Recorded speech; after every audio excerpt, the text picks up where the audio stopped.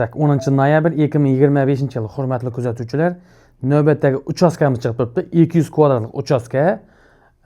Bu yerimiz 3 xonadan iborat desak ham bo'ladi. Bu yerimiz kirgan yer Pirxoshka, mana yoq uyimiz. Bog'uydan kelish. Tak. Bu yog'imizda bir xona ko'hnasi, ko'hnadan barcha jihozlangan, ko'hnani ko'rsatib o't. Endi erda beri porядка bo'lmagan. Tak, bu yog'imiz spalni bir dana. Bularni ko'rsatib o't.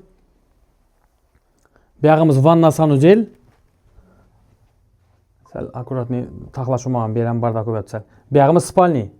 Bu yerimizda ayrimlarida qoladi chiqib 80-90%, ayrimlarni oladi. Bu yog'imiz bilan dalan qismi.